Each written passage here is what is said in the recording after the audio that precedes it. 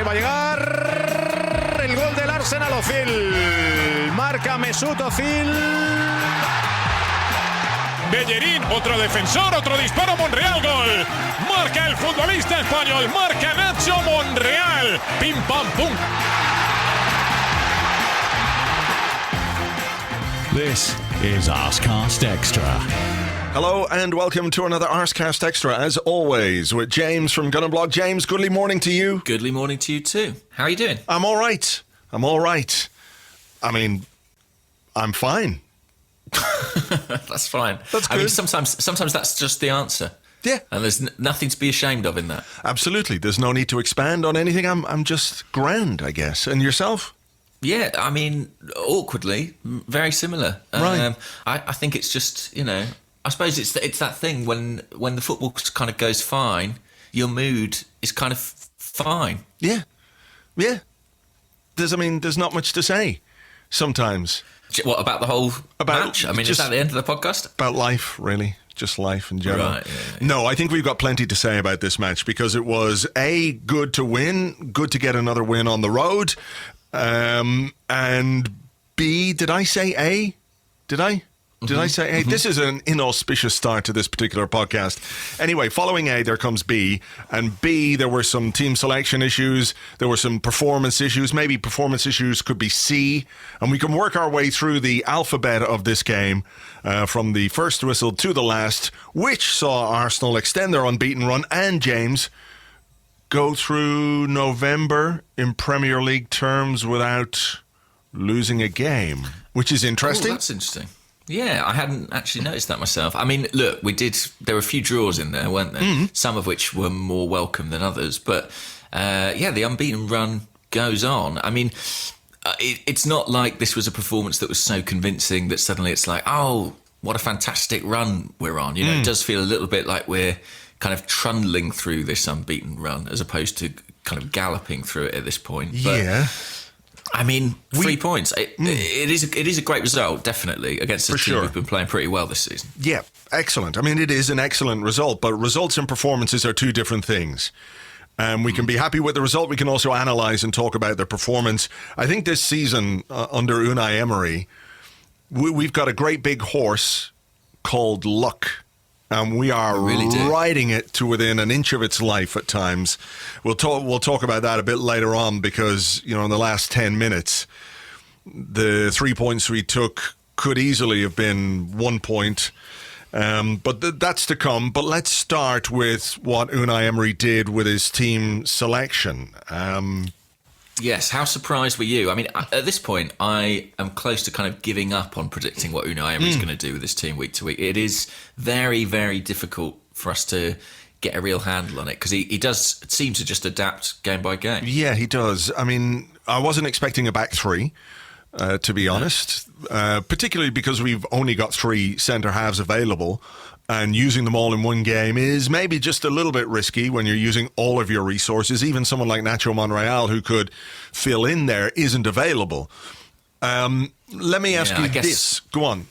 I was just going to say, I mean, it was apparently he's been injured, which I didn't even know, but Mohamed El Neni being back on the bench, maybe he was kind of the emergency cover. He would have had to have been, yeah. There was nobody else. Yeah. But let me ask you, do you think that the back three, or the formation, playing with 3 centre-halves and 2 wing-backs, was Emery's way of negating the threats he perceived Bournemouth to have, or the weakness in his defence at left-back in, say, Kolasinac, who looks far more comfortable as a wing-back, can give you plenty going forward, we know, and that formation at least allows you to offset some of the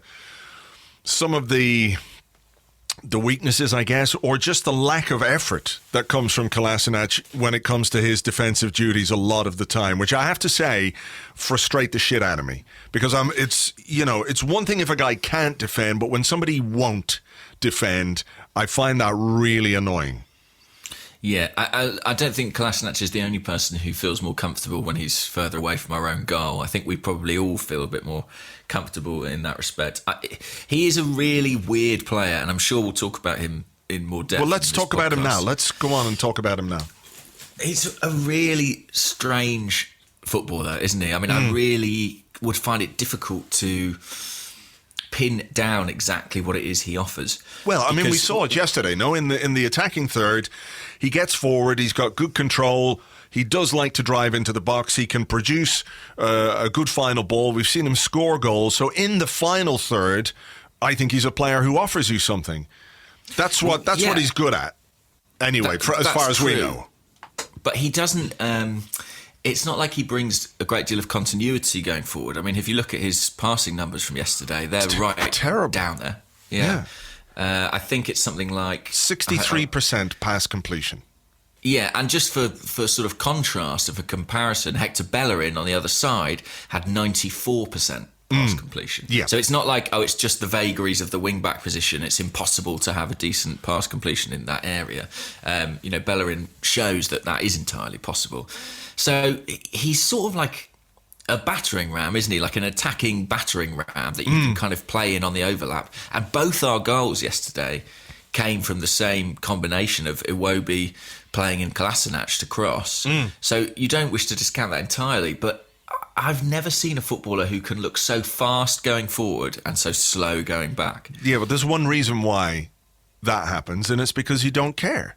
You don't care enough to get back. That can be the only reason. Because if you can bust your hole and sprint to get forward, either you're not fit enough to get back or you don't care enough to get back. And I can't believe that he's so unfit that he couldn't at least try at times. Go on.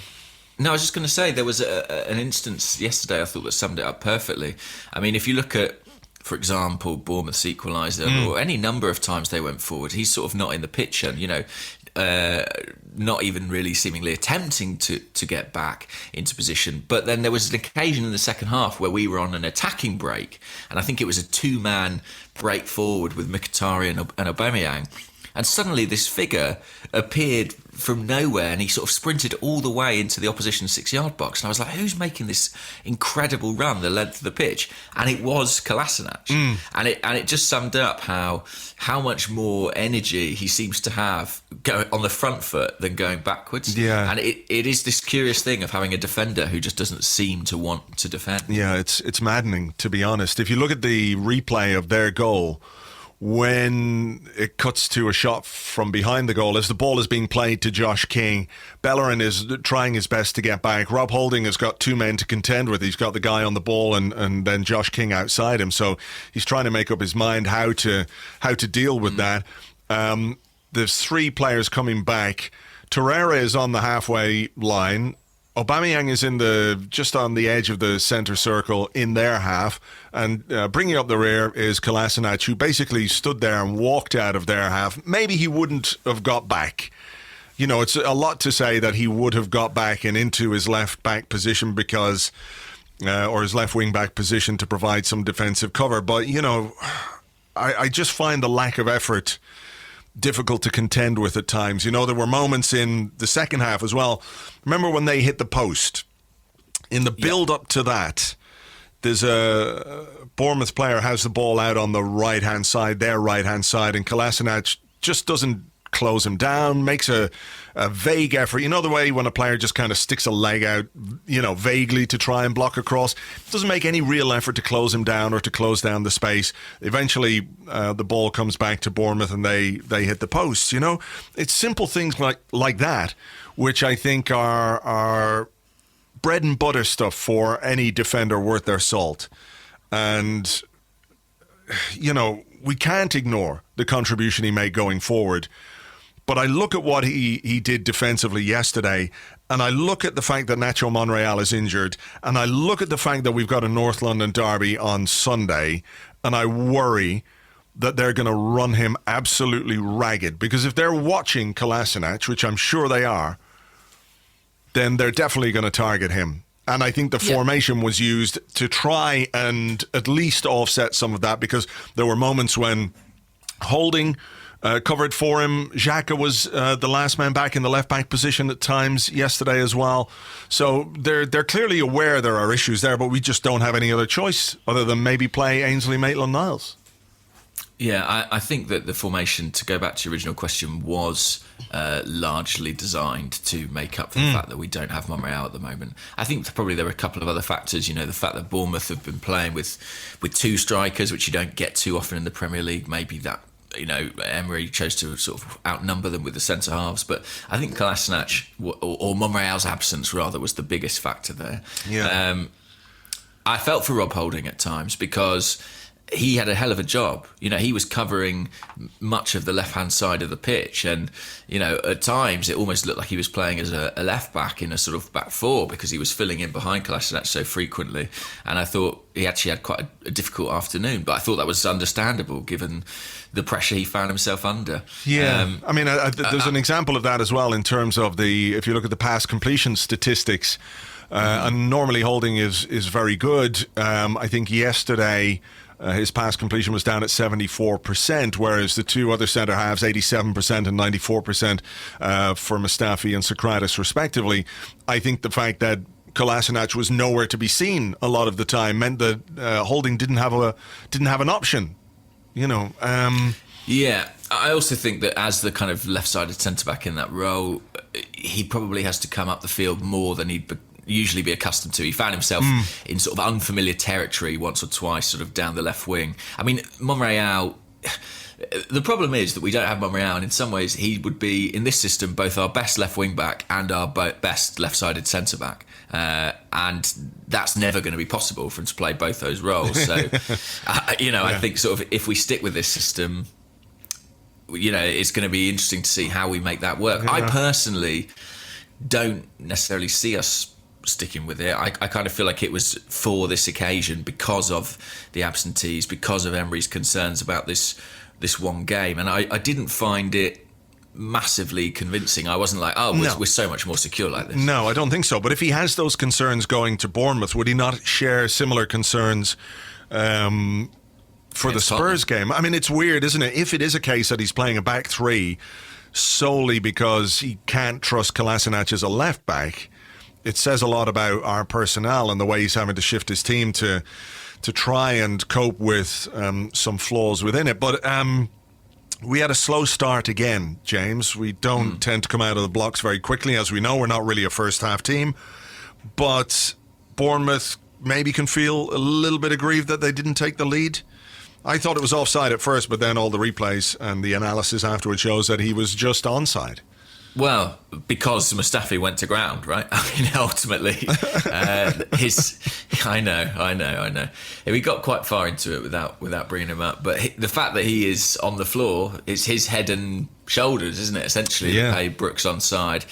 So yeah, I think they have every right to feel aggrieved because the goal should have stood. It's one of those where you can understand there's a bit of a melee in there, so you can kind of understand the linesman maybe making a mistake, but we definitely that horse called luck came to the rescue, as it has many times. Yes, it has. Look, and then I think we did okay-ish in the first half. It wasn't particularly convincing. Torreira hit the post with a good shot, didn't he? Not long after that, but we were huffing and puffing, and Iwobi was trying to make things happen. They didn't really happen. We did have a really good chance about 22, 23 minutes in with Aubameyang. After a corner, the ball came. He took a lovely touch on his chest and smashed it over the bar. I mean, I think he should score there. Yeah, it's one of those where you sort of feel slightly churlish criticising because the touch to bring it under control was so good. But having done that, I also expected him to score. It was one of those where it's sort of you're not necessarily anticipating a chance, and then when it's gone by, you think, oh, actually, that was a very, very presentable opportunity. He doesn't miss. It's not like a terrible miss because I can see what he's going for. He's going to just sort of lash it into that near top corner, and it's half a yard over the bar. But yeah, that was a decent opportunity. But fortunately, we got a lesson in finishing, really, from Jefferson Lerma. Holy cow! What a finish that was. I know, a dream of an own goal. Oh my goodness. It was one of the best own goal finishes I think I've ever seen. Ever. It was, I don't quite know what exactly he was doing. I guess he was trying to just lash it over the bar or just get something on the ball, but the connection was incredible. You made the point, it was Iwobi playing Kolasinac down the left. He cut it back.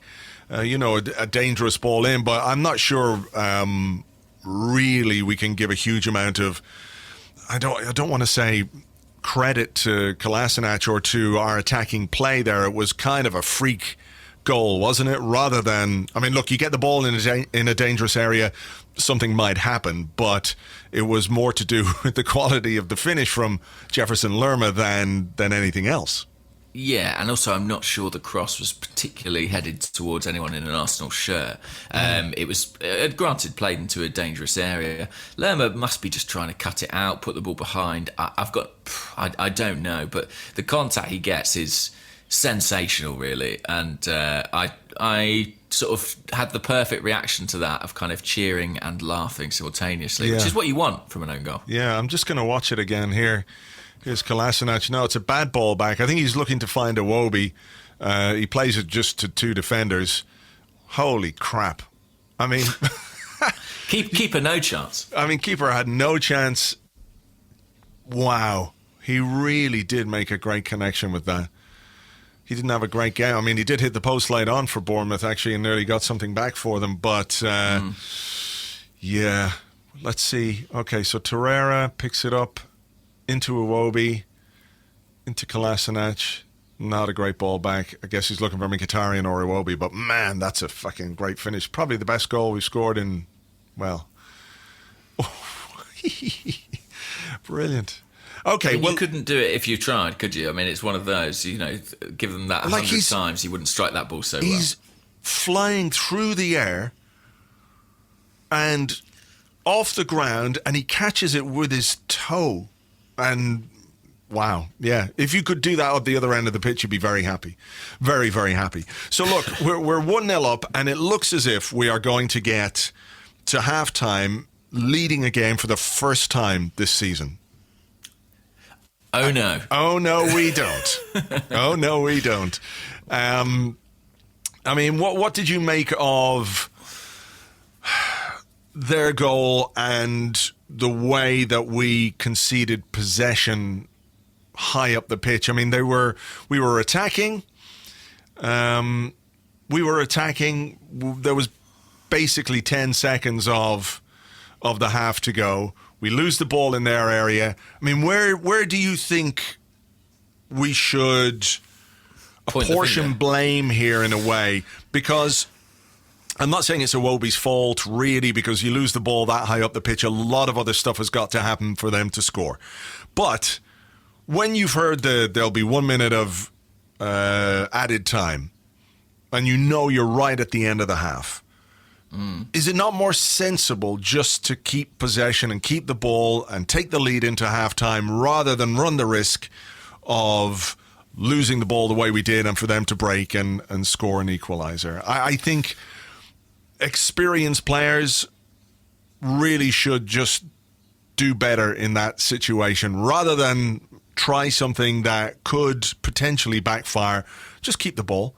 Keep the ball, go in at halftime, 1-0 up, and well, clearly that's not what we did. We did the other thing. Yeah, the thing that we prefer doing.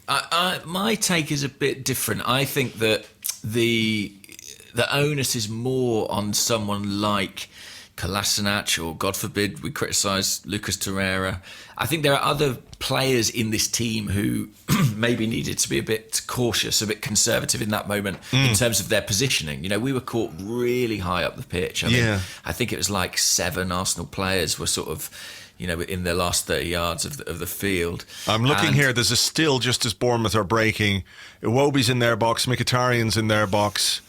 Torreira is the furthest man forward. Kolasinac is stopping to have a little bit of a breather, cup of tea, maybe. Aubameyang is there as well. And it's Bellerin who's just outside their box, who makes a big effort to try and get back.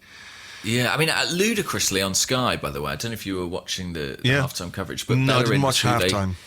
That Bellerin was who they singled out for criticism at half-time. They were like, his run back is wrong. He runs in a zigzag manner, where if he just ran in a straight line, he could get to the man. I was like, well, at least he's running back. What about the other 4 guys who are just like ahead of him up the pitch? But my issue is not really with Iwobi, because I think I think that we've seen this thing in the last few weeks of... we're back to A, by the way. We've gone back to A, so we've lost our sort of sequential order. Of Unai Emery saying, Iwobi's blossoming, but he needs to take risks and have the confidence to take risks as an attacking creative player. And I sort of am inclined to agree with that. Basically, I think if a forward loses possession by trying to do something that's trying to create a goal in the opposition penalty box, I don't think they can be blamed for the concession of a goal at the other end. I think there's more onus on the rest of the team in that instance. I just think we were guilty collectively of poor game management. And I'm just reluctant to pin that on one guy's shoulders. No.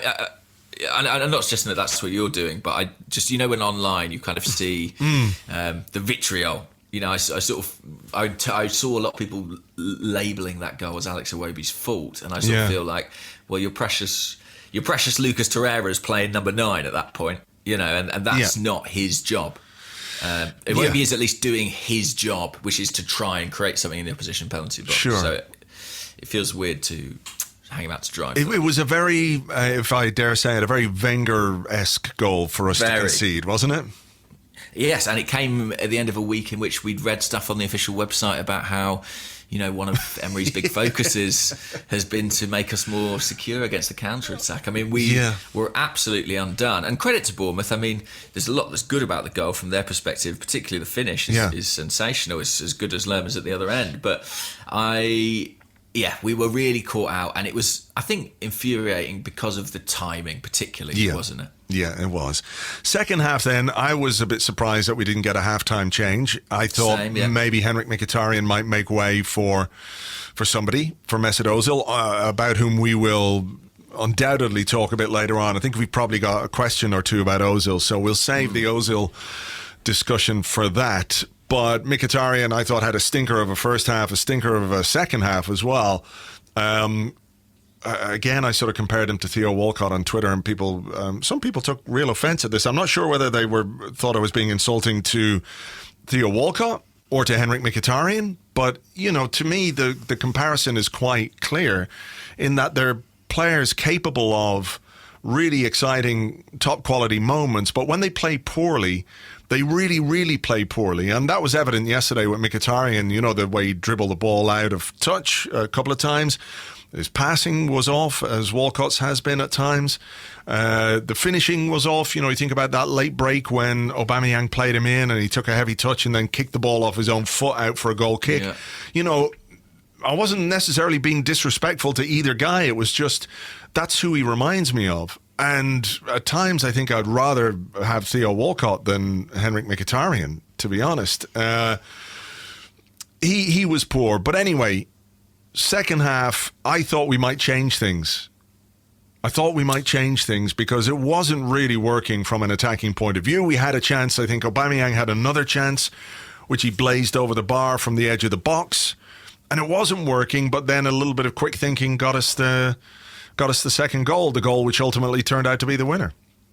Yeah, I also was expecting a change, and actually it was Bournemouth who changed. I think they switched to a back three, and to be honest, I'm not sure it did them any favours. I actually thought that, they probably had the better of the first half and less so in the second. But yeah, I mean, the goal that we actually did score was a lovely goal. I mean, really well constructed. I thought Alex Iwobi's pass, his pass to Kolasinac for the first goal is sort of routine, but on the second goal, it's a really great ball with his left foot. And similarly from Kolasinac, it's a perfect cross, and that's, I guess, the advantage of having Aubameyang through the middle. We know how predatory he can be in those situations, although he probably should have had more goals than he ended up with yesterday. But, he tucks it away and that's that. And actually, I do think from that point on, I don't know, how comfortable did you feel after we were 2-1 ahead? Did you think we're going to see this out? I'd had a dream in the week. Did you know about that? No. I dreamt in the week that we were 2-1 up at Bournemouth. I was actually on the bench for Arsenal at the time, which thankfully I wasn't yesterday. I'd have brought you on for Mkhitaryan even. Thank you very much. I'm not even sure that's a compliment. But we conceded a last-minute equaliser in the dream. Yeah, to finish 2-2. So I was watching it thinking, I've seen this play out before. Yeah. There were a couple of moments, but they didn't exert constant pressure. No, they didn't. And I can't feel totally comfortable with a 2-1 lead away from home because of the just watching this team and watching these defenders and knowing that we still have this little appetite for self-destruction that runs through us. And we saw it at Crystal Palace, for example, where we conceded a penalty, and something like that wouldn't have surprised me yesterday. I was worried about the space they were getting down the left-hand side. We all have our worries about Mustafi. And there was a moment, obviously very late on, where I just don't have the free kick on the edge of the box. It's like there's 3 Arsenal players between that guy and the ball. Bellerin was there. Socrates was there. Socrates, who had blocked a shot with his face earlier on, and Xhaka were there, all standing in front of the guy who had the ball. I think Bellerin was closest, and he still made a lunge, went off his feet and made a lunge. But look, that's a different issue. To talk about how comfortable I felt, not that comfortable, but it wasn't as if they were making chance after chance after chance until we made changes. We brought Guendouzi on for Torreira. We brought Aaron Ramsey on them for Iwobi. And in the last 10 minutes, they had a chance with Junior Stanislas. Yeah. He made a bad connection on a toe poke, which if he'd made a good connection would definitely have been a goal because it was so close to goal. It was one of those who would have gone through defenders' legs and the keeper would have just been rooted to the spot. They hit the post. There was another moment where they got clean through on goal. I think it was Stanislas again, clean through, went between Kolasinac and Holding. They played a ball in. Stanislas got in behind. I think it was Socrates again who made a really last-ditch kind of effort to get there, and the ball came to Leno and he got fouled. The guy jumped into him. And then there was the Leno save from Socrates. It would have been an own goal. So you look at what we did in the last 10 minutes after making the changes made us weaker. I know there's a natural momentum in a game where the side chasing a goal is going to put a bit more pressure on. But again, we got on our fucking horse and we rode the horse. We rode the goddamn horse. We did.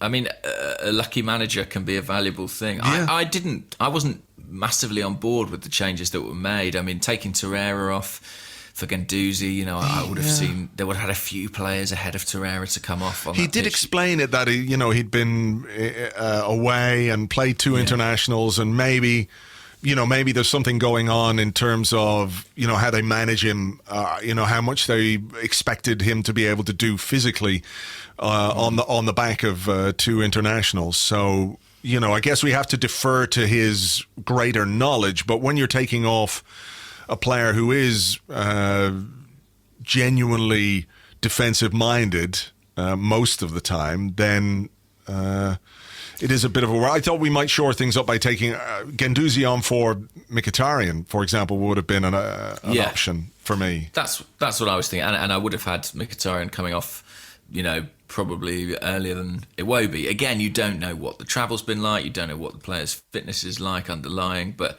I was surprised by some of the changes, let's say. Also, I know Mohamed El Neni isn't allowed to play in the Premier League, but potentially he was an option for a more conservative-minded midfielder. Look, we got away with it. I know sort of the XG for the game suggests that, ultimately this was the correct outcome. I think Bournemouth had about 0.7 or something like that to our 1.6 or something like that. But I mean,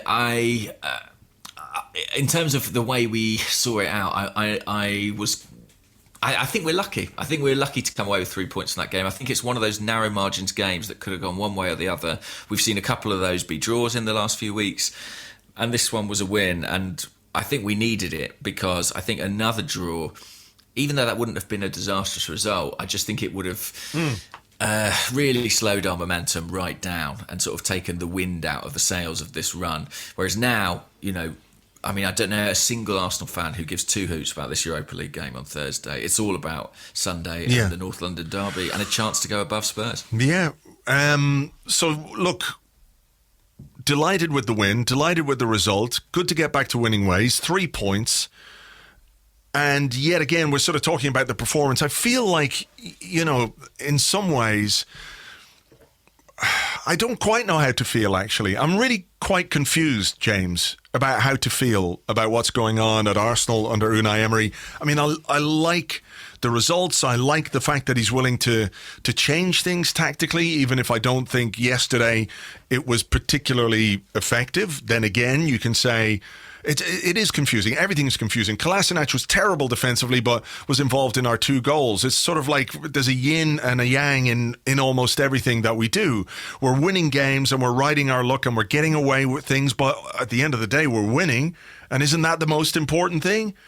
But can we not talk about the performances? Should we just stand there and go, hurrah, we're winning, and not think about the way that we're playing or the decisions that he's making in game, before games, formations, team selections? I mean, we have to.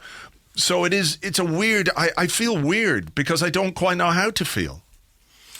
I think I've made this point on the podcast before, but the part of it is that without wishing to look backwards too much, we are accustomed to having a manager who obsessed about performance, and I think we now have one who obsesses more on results. And instead of, under Arsene Wenger, there was always a sense of a bigger picture look at things. We're looking ahead. What's the style of this team? What is the culture of this team? How does that play out over the course of a season? With Emery, either by necessity or by his very nature, it feels like there is a more microscopic view, which is, how do I win this game? Yeah. How do I win this match? And ultimately, the focus is more on results than performance because it's fundamentally a more short-term approach. So I think there is a sort of cultural shift that we're experiencing which makes us feel a bit confused. However, I would also say you also have to listen to the coach, and he is saying all the time,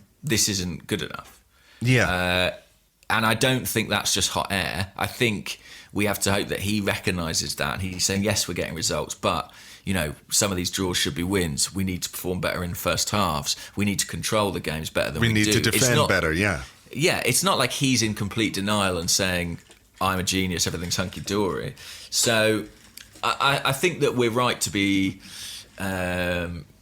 cautiously pleased with how it's going, because ultimately you have to be pleased with the results. You can't be like, not enjoy an unbeaten run like this. But I do think it won't take long, will it? It would only take 1 or 2 defeats for people to say, well, look, these problems were there all along. By the way, I just hit myself in the face when I said well there. How did you hit yourself in the face?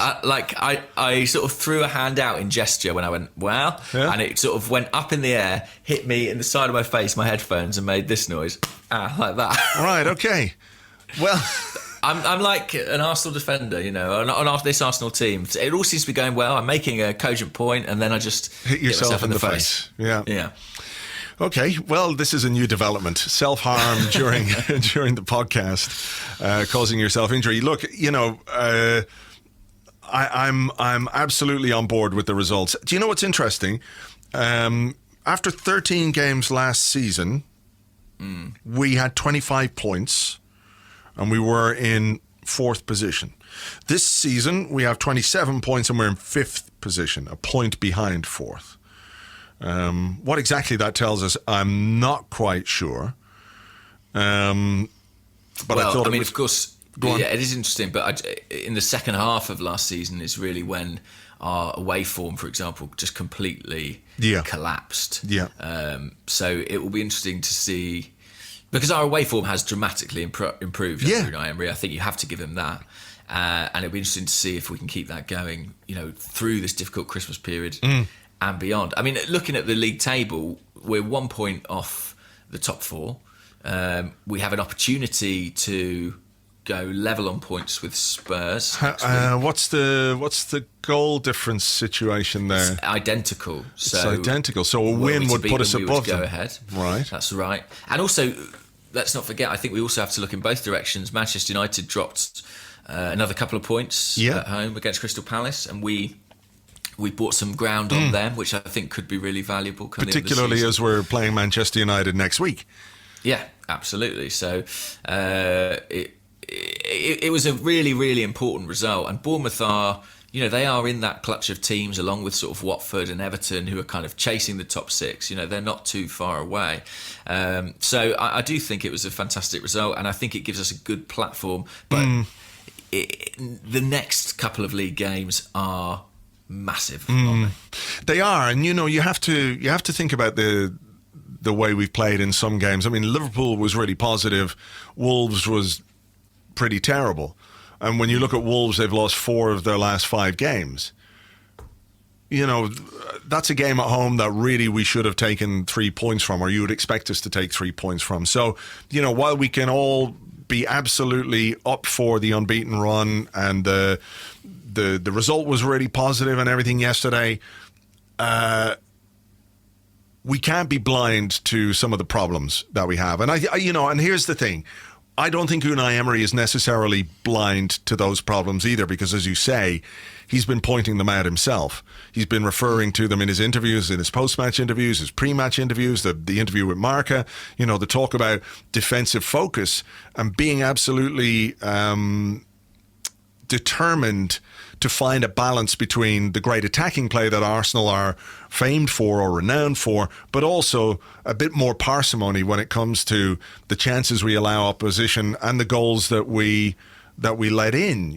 We have conceded 16 goals in the Premier League this season, which is quite a lot, certainly much more than the top 2, and the next 2, Tottenham and Chelsea, have conceded 11 each. So there is an issue there. So that's the positive, I think, is that he isn't sort of glossing over these problems and saying, look, we won, don't worry about it. The way Arsene Wenger would do sometimes after we'd lose.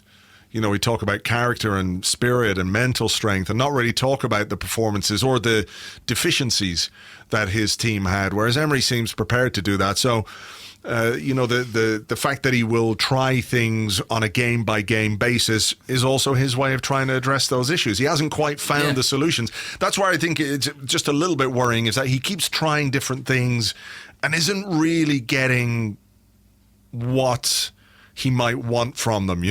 Like, okay, let's try this. Like, we played the back 3 yesterday, and let's say it clicked and it worked really well defensively. He might say, okay, all right, I'm a bit light on centre halves, but in terms of how it made the team balanced at the back, I can go for that again. Whereas yesterday we won the game, but the back 3 and the wing backs didn't really make us any more defensively secure, particularly down the left-hand side.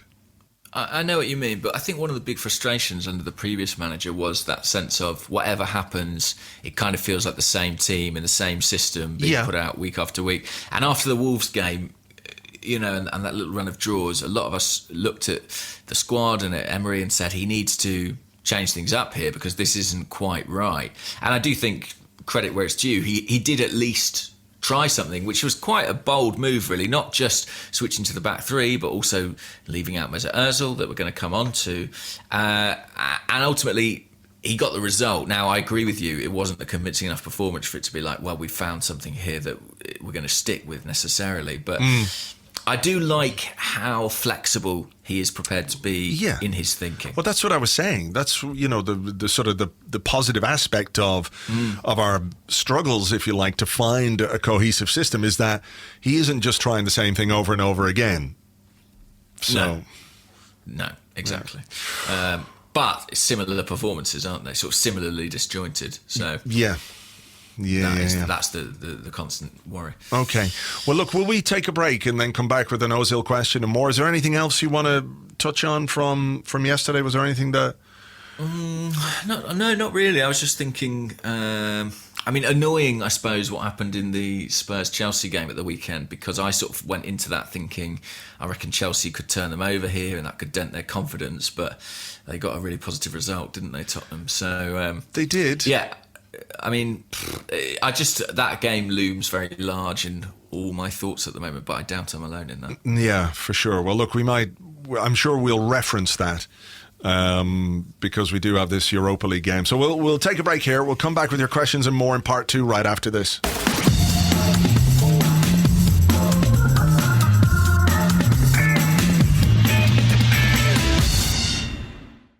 Welcome back to the Arsecast Extra. This is part 2 of the show where we answer questions that you send to us on Twitter at Gunnerblog and at Arseblog, and also on the Arseblog Facebook page, which is facebook.com/the Arseblog. Just to remind you, if you fancy some extra listening, we started the Past Cast Extra last week on Patreon, which is really quite fun, where we podcast a game as if it's just happened, and we chose Arsenal 5, Middlesbrough 3 as our first episode. Lots of good feedback on it. It was good fun to do, James. It was really good fun. Yeah, I mean, what a game to start with as well. Extraordinary match. We do have another one coming up as well, which is the 2-1 win over Barcelona in the Champions League in 2011 when Andrei Arshavin scored that particular goal. That's coming up. You can get access to that as well as a brand new episode of My Arse coming up tomorrow. With comedian, TV presenter, science book writer, and all-round good guy Dara O'Brien. So if you fancy that, sign up at patreon.com/Arseblog. You get access to all the extra content there, and it does help support everything that we do here on the website and keeps everything else nice and free. It costs $5 a month plus VAT if you're in the EU. It's patreon.com/Arseblog. So let's get on with the questions. A lot of them about Mesut Ozil and his absence yesterday, James. I'm just trying to find the one that I had here. I can't find it. Have you got one there to hand? I've got a few. I mean, Don Julio, who's at Don Julio AFC, said, how do you lot feel about Emery saying our highest paid player wasn't capable of playing because it was too demanding a game? And then bigger picture questions too from at Egstino, who asks about if Ozil would have been given a contract under Raul and Sven if Gazidis hadn't been here. I don't know. So many questions about Mesut Ozil. I mean, it was the thing I found most extraordinary, and we will come on to those specific questions, but was that when the team came out, all the talk, it seemed to me, was about the back three. It almost was like not a huge talking point that he wasn't playing, and I think that tells you something in itself. Maybe so. Ozil being left out of an away game. We've sort of grown accustomed to it. I mean, it is an amazing thing for Emery to say that he, you can understand I need something different physically, but what was compounded it even for me, the fact that he left him out isn't maybe the biggest surprise, but the fact that he never brought him on, particularly, as we were looking for a goal in the second half, Mkhitaryan was dreadful all day. And, if he doesn't trust Mesut Ozil away from home at Bournemouth, can he play him away from home anywhere? Yeah. By the way, Andrew, just to stop, so yeah. I can hear like a hum on this line that I couldn't hear before. Right. Like a kind of fan sound almost. But yeah. You know what it is? Tell me if it gets louder. Yeah. Yeah, they're building next door. Ah, right. So it's sort of low in the background. So yeah, no worries. So what did you say just then? I said, if he can't play him at Bournemouth, can he play him anywhere? Yeah, I mean, at home? At home, is that of the course. Answer? Yeah, of course. But, this is Bournemouth away. And look, I get that you want your team to be more defensively secure, or you want players who are perhaps a little more physical. Not that I think Mkhitaryan is particularly much of an improvement in terms of his defensive work than Ozil. He can run, of course, but he's not particularly good in the tackle. He didn't really contribute a great deal in that yesterday, but you can be more secure by having the ball. You can also be more secure by doing more with the ball. And I think Ozil would have given us a bit more craft. It would have given us a bit more penetration, perhaps. Some of the runs that Aubameyang was looking to make, Ozil could have been the guy to make the pass there. So, he is trying to find a balance. He is looking for two players who can do something. Maybe he was looking for those two players to do what they did away at Fulham. Ozil or Iwobi and Mkhitaryan were very good that day, but then everybody was good that day. It was a really good team performance, and we also played with two strikers rather than just one. So for me, it raises really big questions about what the future is for Mesut Ozil under Unai Emery, because if he doesn't fancy him, with all due respect to Bournemouth, to to perform or to do a job away at a team who are going to finish mid-table at best, then it really speaks to how he views what Ozil can contribute to this team. Yeah. I mean, maybe we're thinking too much about it. Maybe, as you said, this is a micro or a macro decision based on the fact he had to play a back three. He had no Lacazette. He wanted to do something specific for this game, but it's still hard to get your head around, isn't it? That £350,000 a week player can't be trusted away from home against one of the league's smallest clubs. Yeah, I think it still highlights something. You know, the fact that he essentially chose Iwobi and Mkhitaryan over Ozil, I think tells you a little bit about what he thinks of him as a player. And I also think, looking at the player's form, I mean, Ozil has not been great. I mean, there was that extraordinary Leicester game in which he was sensational, but I do feel like outside of that, he hasn't performed to the level that's expected of him. I do think that the big problem is that we are so committed to him financially. And, you know, I've seen a couple of questions come in saying, oh, would you sell Mesut Ozil in January? I don't think we can sell Mesut Ozil in January or any time soon, because I can't see how anyone would contemplate paying him what we're paying him. So I do feel that there's a danger. I know he's a brilliant, talented player on his day, but there's a danger he becomes a bit of an albatross for Emery, because, you know, ultimately he's sort of tied to him, isn't he? Yeah, he is. And I think Arsenal Matt, who's at Arsenal Matt 1, says, do you think the Ozil 350,000 a week deal was connected to the Adidas deals because he's one of their main men? And his agent spoke very...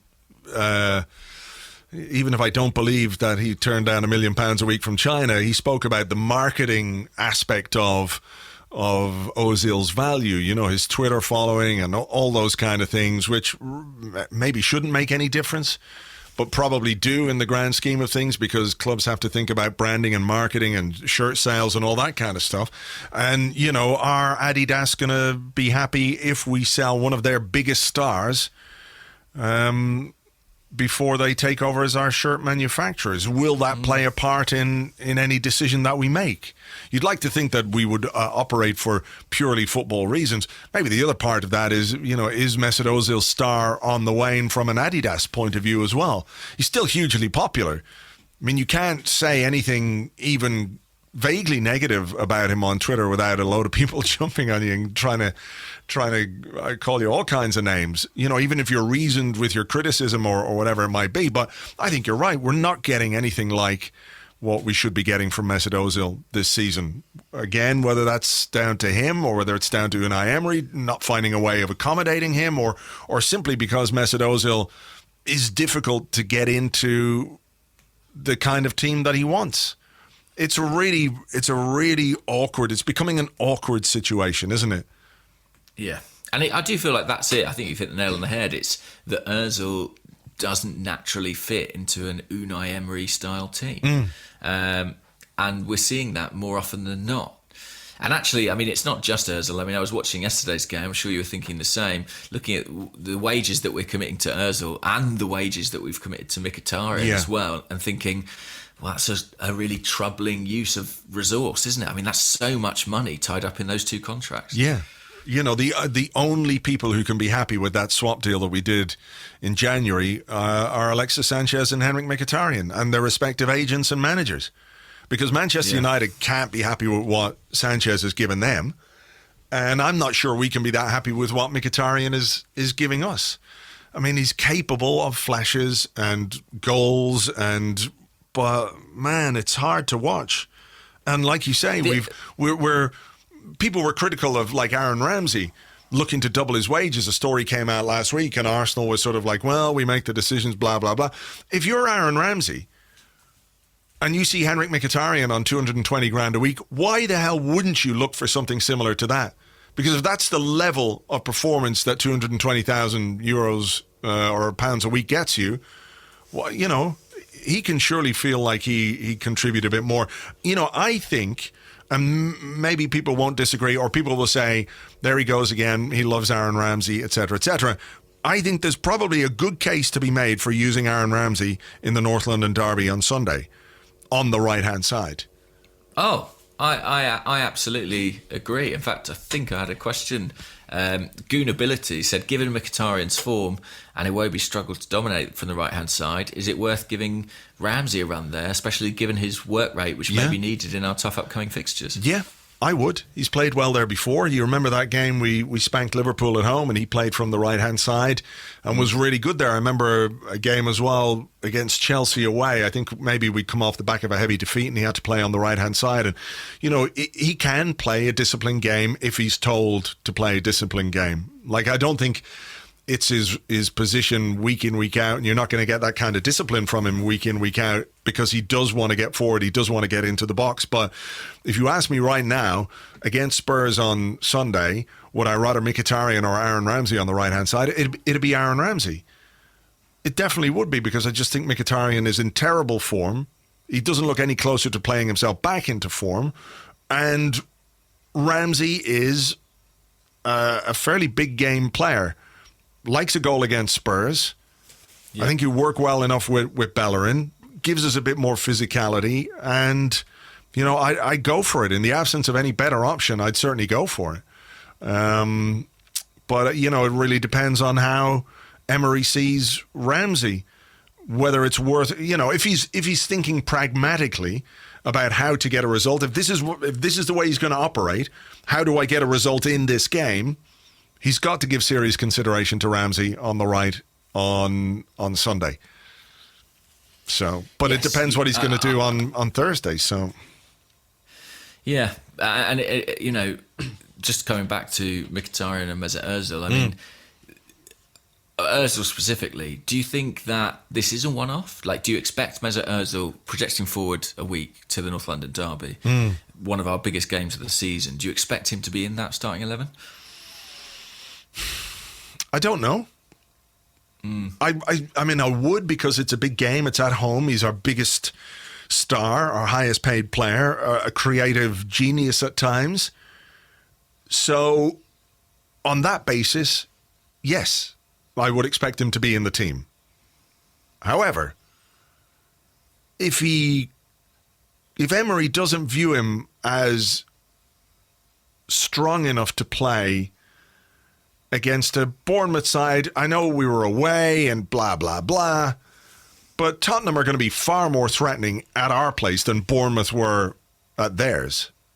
Absolutely. So it's got to raise questions as to whether or not he's going to start. Yeah, it's difficult to say, isn't it? I think he will, because it's a home game, but isn't that mad? Isn't that mad that it's like, well, he can play in the home games? Yeah. You know, £600,000 a week, practically, we're paying Ozil and Mkhitaryan. £600,000 a week. We're not getting anywhere close to what we should be getting for those kind of wages from either player. No, and I think, you know, ultimately the decision about Aaron Ramsey to withdraw the contract offer has been made because we've said, well, look, we've not got enough resource available.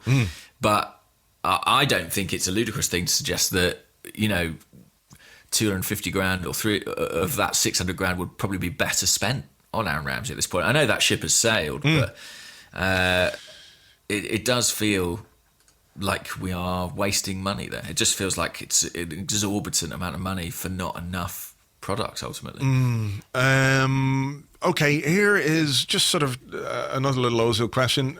Tokyo Gunner says, would you be surprised if Emery includes Ozil in the squad on Thursday? Yeah, I mean, we had a question on Facebook from Linus Widner, who said, how many first-team players would you send to Vorskla, who and why? So maybe we should let's pick a team, will we?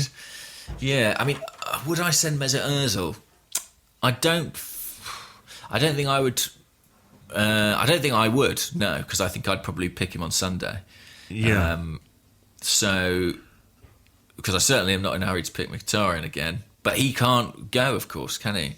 Am I right in saying that? He can't no, that's Azerbaijan, so he can go to Ukraine. What I've done is just mixed up my nations there. You have, so indeed. He can go to the Ukraine. If anyone can go to the Ukraine, because apparently the political situation there is. Well, yeah, just as we speak on Monday morning, there's a story on the BBC saying that the Ukraine Parliament is to decide whether or not to bring in martial law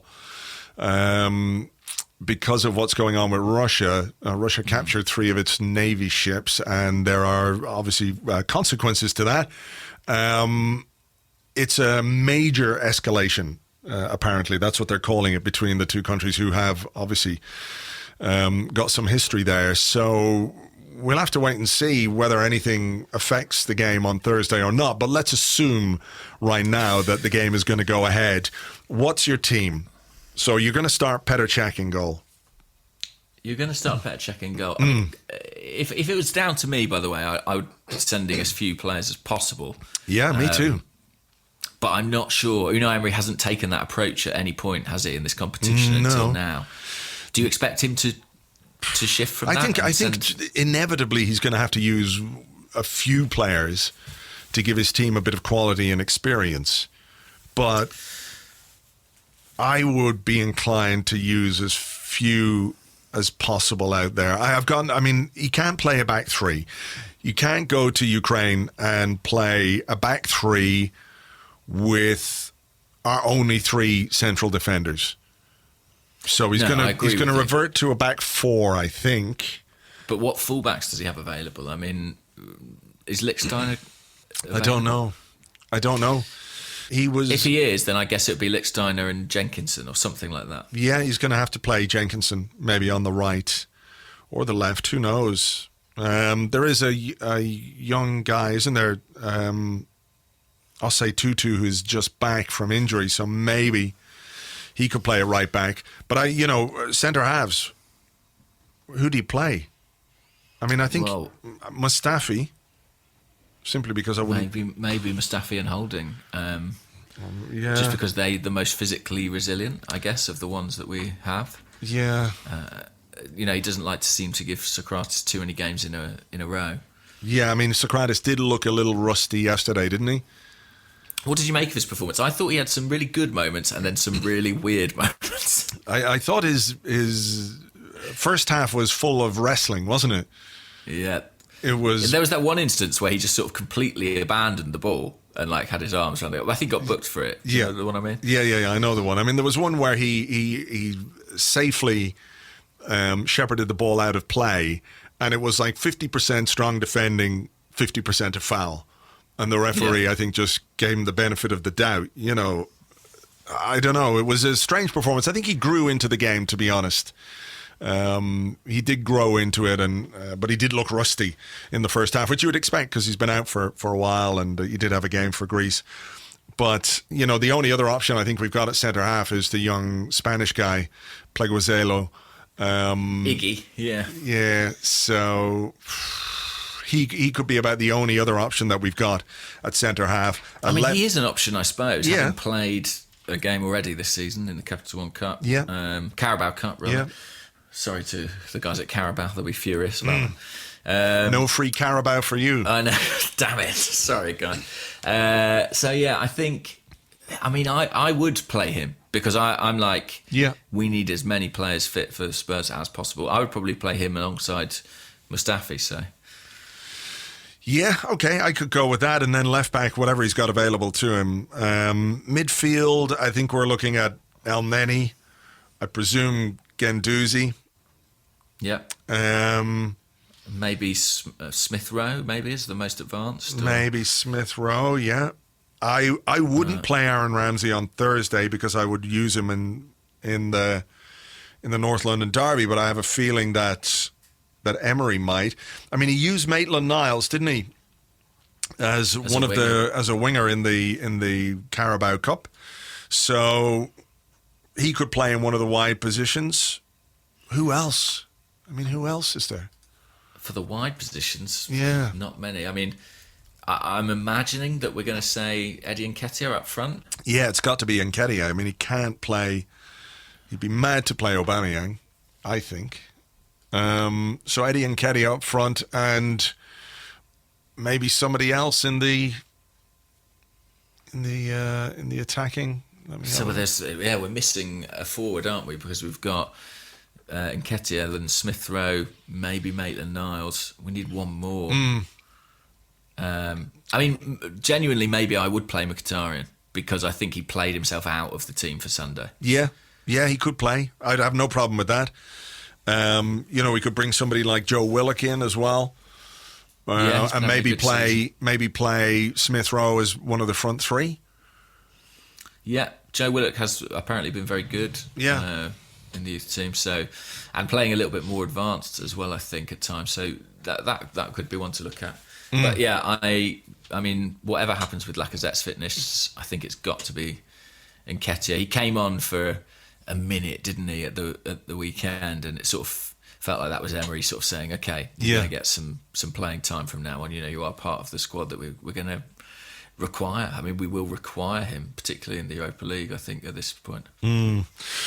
He's certainly got some thinking to do for this one because it's going to be a tough trip because it's a long way to Ukraine, and then I think there's a portion of the trip has to be made by road.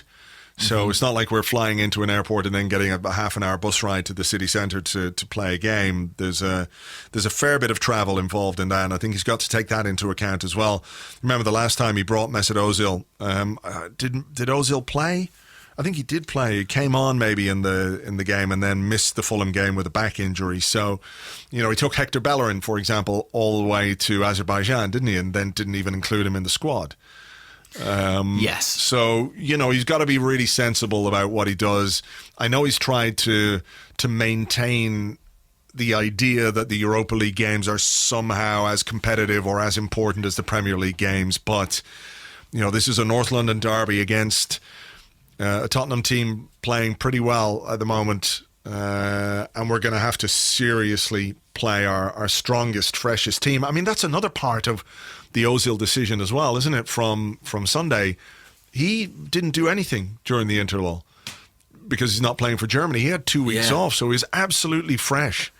So if Ozil doesn't play on Thursday, it'll be, 3 weeks without a game? I mean, verging on rusty, you'd have to say at that point. Yeah, stranger and stranger. Yeah, and also we've got a huge away game coming up at Manchester United, and you have to think if Mesut Ozil's not trusted to play an away game at Bournemouth, he's got no chance of being involved at Old Trafford. I guess, but maybe it depends on what way Emery thinks we can hurt United. And what he thinks United's plan is. Bournemouth, have a very particular approach, and maybe Emery's just tailoring to that. But it is a shift, isn't it? Because Ozil's gone from a player who, if fit, started every game to someone who's in and out. And it'll take some getting used to for him as much as anything. Yeah. So Ozil's, if he doesn't play on Thursday, he'll go into the North London derby on the 2nd of December, with his last game being on the 11th of November. So. Yeah. Well, look, it's just nice work if you can get it. Absolutely for that money. Okay, have you got a question or? Yeah, this is just one from Edie, who's at J_Ed, who says, "Is Aubameyang doing enough in games, or is he doing exactly what we need him to? He seems fairly anonymous for 80 of the 90 minutes, but can pop up with an important goal on most occasions." And then there was another question about Aubameyang. Where's that gone? Hang on. Oh yeah, John D. Barker, who said, "Alba was good enough, but not good enough yesterday. He had some good service and missed a couple of sitters. Why is he so much more comfortable when Laka's playing with him? How can we create similar relationships in the team?" I just wondered, we've been waiting to see Aubameyang through the middle. We saw it yesterday. What did you make of it? He scored the winning goal.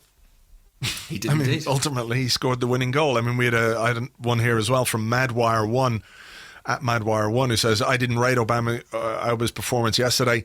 Offers us nothing outside the penalty box. We've no identity up top. Passenger in brackets. It showed me why Lacazette has been chosen as first choice by the old and new manager, and why Aubameyang struggles sides. I think he means on the left-hand side. But I think that's the player he is. He's not going to be the focal point of your attack, like Olivier Giroud or even Lacazette to an extent. Lacazette gets much more involved and can be a player through which we combine and make make sort of a focal point of the attack. He can bring others into play with his back to goal. That's what he can do. But what Aubameyang will do is finish. He's a finisher. He's a guy who'll get on the end of things. And ultimately yesterday, despite the fact he missed that chance in the first half, which I think he should have scored from, the second one probably should have done, at least got it on target anyway. But when the chance came, he was there on the end of it. And I'm trying to think who else in the team would have been on the end of that ball across from Kolasinac. Who else in the squad? That's not Lacazette's game, really, is it? You know, he doesn't attack the ball in the 6-yard box like that. No, it's not Iwobi's game. It's not Iwobi. Maybe Aaron Ramsey. That's exactly it. I was just going to say, maybe Ramsey, because of the way he likes to get into the box. So if you're expecting Aubameyang to be more involved as a centre forward, or if you're expecting him to bring others into play and to hold the ball up and to do all that, then you're going to be disappointed. That's not what he does. What he does is what he did yesterday, and that's finish. Give him chances and he will score. He did that. But I mean, I do understand that if you're looking for more from a centre forward, his performances will frustrate you. I don't know that he necessarily plays better with Lacazette in the team either, does he? Is that an assertion we can make? Not really. I think sometimes Arsenal look a bit better, but I think that's more to do with Lacazette than it is to do with Aubameyang. And I think your point about who else would have been in the box to score that goal is a good one. And I think that's partly why I like it when we get both Lacazette and Aubameyang on the field, because I don't think we have enough players in the starting 11 who are goal scorers. You know, when you look at Xhaka, Torreira, Iwobi, Mkhitaryan, Ozil, they're none of them predatory. You know, they're none of them guys who you'd necessarily say, they'll... Maybe Mkhitaryan. You know, that's the one thing Mkhitaryan's got in his game that makes you think maybe he's worth persisting with. I mean, as poor as he was yesterday, he had 7 shots in the course of the game. So he does have a knack of... He had 7 shots? Yeah. Were any of them on target? One was on target, yeah. I remember it as well. It was a little dribbly one that was really easy for the keeper. But in terms of like cropping up in the box, I guess he has got a bit of a habit of being in decent positions. Of course, he's not really taking advantage of them at the moment, but I don't think we have enough players like that. I don't think we have enough goal scorers in the team, basically. Aubameyang yesterday was exactly what you will get from Aubameyang if you play him at centre forward. That is, I think, it. You know, he won't be massively involved, but he will get 2 or 3 chances in the game and probably score 1. Yeah. That's the player that we've bought. That we bought, and he won the game for us yesterday. His goal was the winning goal. He scored 10 goals this season. Mm-hmm. You can't argue with his goal-scoring record, but you've got to be aware that he's not going to be the all-round player or the all-round centre-forward that some people would like him to be. That's just not who he is. Yeah, absolutely. Okay. I have a question here. I did have a question, and now I've lost it. Okay, 1 second. What was it about? It was about the January transfer window. I'm just flicking through all my questions here. Okay, it's from Tom Woolsgrove, who is at Desmond_Dex. And he says, I give you the power to sell 3 players guaranteed for their market value in January. Who do you choose?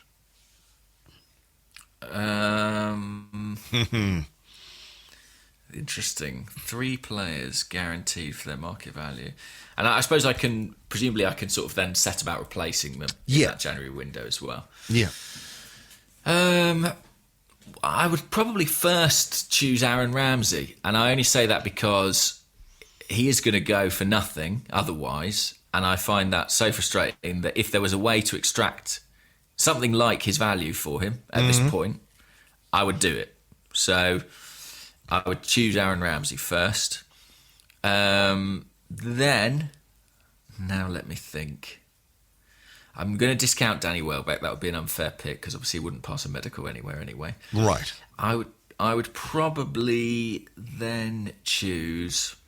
I mean, I'm trying to not be too influenced by what I saw yesterday, but I'd probably choose Henrik Mkhitaryan because I feel like his pay packet could be invested in a superior manner. And also, I feel like I would pick him as well, just to throw one in here. I'd pick him because I feel like the value he has will be decreasing quite quickly. Yeah. Fair. And then there's a few names in contention. Kolasinac is definitely on the list. Yeah. Because I feel like he's under a decent contract. He probably has some value left in him. If you're going to sell him, you should probably do it quick. El Neni would be on that list just because I don't think the manager really fancies him. That's one of mine. One of mine would be El Neni because we're not selling a player who is crucial in any way. He may have some market value. Again, a player whose value is going to be decreasing because he's not playing, and that just, it really does affect the transfer fee. So he would be somebody who I would sell for whatever market value you would get for him. Now, I don't know what that is. Should I have a look and see what transfer market? Oh, well, they decide ultimately. They decide what his transfer value is. Okay. I think that might be my. Do you know what? Actually, I think 9 million. 9 million. Wow. I think that would be my three, which would be Ramsey, El Neni, and Mkhitaryan. But Kolasinac is very close. Who would your three be? My three would be El Neni, Mkhitaryan, who's got a transfer value of £31 million, apparently, according to Transfermarkt. I would definitely sell Mkhitaryan. And my other one would be Mustafi. I would sell Mustafi for his market value of £22.5 million. That would be your best ever day. That would be 22. That would be amazing. It's like what's the story? The magic beans. Be like fucking selling magic beans to some cunts. Yeah, I would, because I really feel, and I've written about this week, that what's apparent with what we've seen so far this season is that Unai Emery is really struggling to get his team more defensively secure, and I think we really need to invest in better personnel. I think he's going to be absolutely limited, hampered by the fact that he's got players who are always going to make a mistake or look like they can make a mistake, and Mustafi is one of those. So for £22.5 million, I think I would say cheerio, Shkodran, and I would tell Sven to get the hell out there and find me a goddamn centre-half who can goddamn defend. That's what I'd say. You've got £22.5 million. We've got rid of Mkhitaryan as well for £31 million. We've taken a load off the wage bill. Now go find me a goddamn centre-half. Goddamn Sven. That's what I'd say. Just keep saying goddamn until something happens. Damn it. Yeah. I've got a question. Okay. Well, it's not me. It's not actually my question. It's Matt Prentice's. Oh, no, sorry, Matt Prentice. It's not your question. Oh, Matt Prentice. I apologise. What was Matt Prentice's question? Matt Prentice's question was, what was more frustrating, Kolasinac defending or Mkhitaryan's attacking? Yes. You can see why I'd highlighted it, but I feel like we've covered that ground. But on the subject of left-backs, and I know we guested on the Arsenal Vision podcast last week, and you spoke about potentially wanting a new left-back, and at Herbie Gooner says, do you think we need a defensive-minded left-back to balance Bellerin on the right, or is it best to have two equally attacking fullbacks? I would like to see somebody akin to Hector Bellerin on the left-hand side. I don't know who that is. I don't know that they have to be specifically just defensive, because I don't think that's the role of the fullback. I don't think that's the role of the fullback under Unai Emery either. You know, he wants his fullbacks to attack. They're an important part of the way he wants his teams to attack. So obviously one who can defend is really, really useful, because the one we have at the moment can't. And the one who can is injured.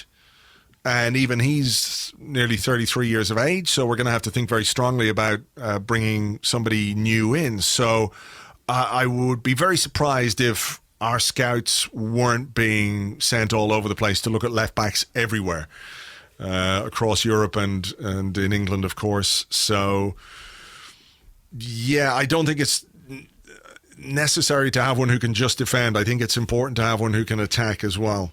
So another Bellerin. Not that they're easy to find. A left-footed Bellerin would be great. I agree. That's what I'd like. I think under Arsene Wenger we sometimes had a sense of one fullback's more attacking than the other. You know, Cole and Lauren or whatever it was, Clichy and Sanya. I forget now. Yeah. But I feel like that's no longer necessarily the case, and that if you've got a decent midfield base, which I think we finally might have after a long time of waiting, you can afford to have two fullbacks who bomb on, as long as they do it sensibly. I'd love us to splash out and bring in a really exciting attacking left back sooner rather than later. Okay, I've got a question here. I just noticed this one. I was going to do just a final Would You Rather one, which I'll do, but this is a good question, actually. It's from Paulie Boy at P Fortunato 1985. And he says, is it possible that changing tactics for every opponent is giving the team too much to think about, hence the slow starts to games, rather than having a consistent plan / formation and slightly tweaking for each game instead? Yeah, I think that's definitely possible, isn't it? That makes loads of sense.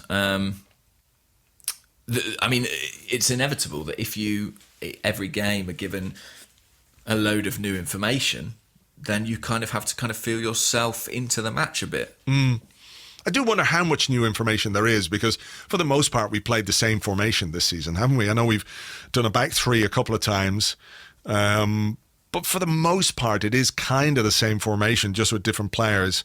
The Fulham game was a little bit of a tweak because we played that sort of hybrid 4-4-2 formation, which worked really well. We haven't seen that since, for some reason. But again, maybe it was one designed specifically for Fulham. But do you think even if it's the same formation, like maybe the individual instructions are different based on every opponent? You know, that would seem to tally with what we hear about Emery. And I can see an argument that might make you a little less comfortable, a little less secure in the opening stages of a match than you otherwise would be if it was just go out and do your thing that you do. Yeah. Yeah, I mean that's a really good point, and not one that I had necessarily considered before. Yeah, it could well be a factor. Could well be a factor. But again, you know, we're still so relatively early in the reign of Emery that it's just hard to know what's habit, what's kind of fundamental to his teams. Like they put up the stats, didn't they, on Sky Sports yesterday about, you know, goals scored and what have you in the first half versus goals scored in the second half. And it's clear we are still a very, very much a second half team. We win games in the second half. That's what we do. Now, is that going to be the case throughout Unai Emery's Arsenal career? We don't know. We don't know if this is just a kind of aberration in the way that our results have gone because we haven't had enough games. So it is tough to figure things out. It is, but I think that the question raises an interesting point, and one would hope that ultimately there are only so many variants on instructions that you're going to give a player. So essentially, that, you know, there's plan A, plan B, plan C, plan D, and hopefully at some stage they become comfortable enough with those that you're able to settle into games quicker than they are at present. Plus, I suppose in some ways as well, you have to like there's no question of a team being flawless, right? No. Every team, regardless of how well drilled they are going to make mistakes. I have a feeling that the Arsenal players this week are going to be watching the last 2 or 3 minutes of the first half against Bournemouth again, very closely. And almost undoubtedly. Right? And saying, okay, Alex Iwobi, you're in this position. Fair enough if you want to make something happen. But given it is just 20 seconds to the halftime whistle, does our left wing back need to be bombing into the box? Does our defensive midfielder in Lucas Torreira need to be the furthest man forward? You know, those kind of things where he can sit down and say, look, in these situations, this is what we do and this is how we manage them. And that's how we make an improvement. okay, we've made a mistake, but let's learn from the mistake. That's where I want to see Emery really come into his own. I think that's probably what's gonna happen. So look, we'll wait and see. Okay, final one, because we've been going a while now. Comes from Michael, who's at BL1NN. He says, would you rather be a reverse centaur or a reverse merman?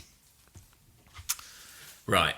So let's lay this out. So a reverse merman is the legs of a man, Yeah. and the torso and head Of a fish. Yeah. A reverse centaur, again, I keep my legs. Yeah. Thank goodness. And what is a centaur? A goat? No, a centaur is it's the body, the upper body of a human and the lower body and legs of a horse. So a reverse centaur. I was thinking of a fawn, guys. Sorry, fawn. everybody. Yeah. You would essentially be BoJack Horseman. Yes. Horseman. I think neither's great. It's got to be the horse, though, hasn't it?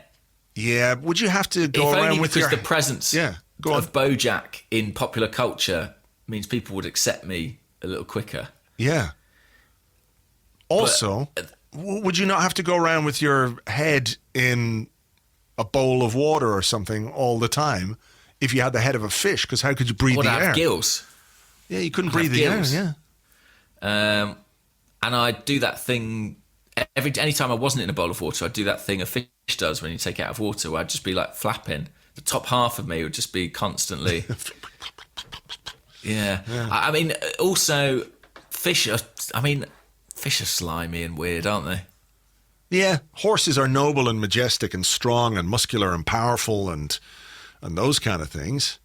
Exactly. Whereas you would never use the word majestic to describe a fish, especially on land. Very true. Very true. We've got that sorted. So we'd both go for the BoJack Horseman option there, I think. Yeah, I mean, I'd rather just be a normal centaur. I think that would be really cool. Yeah? Oh, yeah. I'd rather be a centaur than a merman, I think. Right. Yeah, I think I would too. I basically don't want to live in the sea, if I can at all avoid it. Yeah, you'd be just eating plastic all the time because of the pollution and stuff. You get poisoned. Too right. Yeah. Too bloody right. Whereas you could scamper around the forest. Would If there you... any forests left. Yeah. Would you, if you were a centaur and you had a friend who really needed to get somewhere in a hurry, would you give him a lift on your back? Or would it feel weird? I definitely would. Yeah? I almost offer that now in life, just as a piggyback service for people in need. Short distances. Small people, short distances. I definitely would. Okay. What's weird about a centaur, though, just for the record, is that it's not half and half. Like, a centaur's got 6 limbs. Because if you think about it, it's got the 4 legs of the horse, but then it's actually got the torso of a man just instead of a head. So that's weird, isn't it? Like, when we accept it, we're used to seeing centaurs. We're like, oh, there they are, the centaurs. But they have got 6 legs. Or 6 limbs, at least. 6 limbs, yeah. Really, it should be like the back half of the horse, and then the front legs should be human arms. Well, that'd be weird. But I mean, the advantage, of course, is that you could do things while you're traveling long distances. You could be bringing your mate in a hurry to where he needed to go, but also you could check your phone. You could knit. You could do the crossword. I guess, but I think centaurs, if centaurs existed, they wouldn't be allowed to check their phones because it would cause loads of accidents. Yeah. Not when you're driving. Not when you're driving. You've got to be parked. I don't know. Yeah, exactly. I don't know what they would do with their arms when they're running really fast. They're normally like firing bows and stuff like that, aren't they? Yeah. War creatures. Anyway, look, we'll leave it there. Thank you as ever for listening. We will be back on Friday, actually, because there is a Europa League game on Thursday night. So we will do an Arsecast Extra on Friday, in which we will review the game against Vorskla, but also look ahead in some seriousness to the North London derby on Sunday, based on what Emery does on Thursday, the team he picks and what team he might pick and everything else. So please join us for that. Thanks as ever, and we'll catch you on the next one. Bye-bye.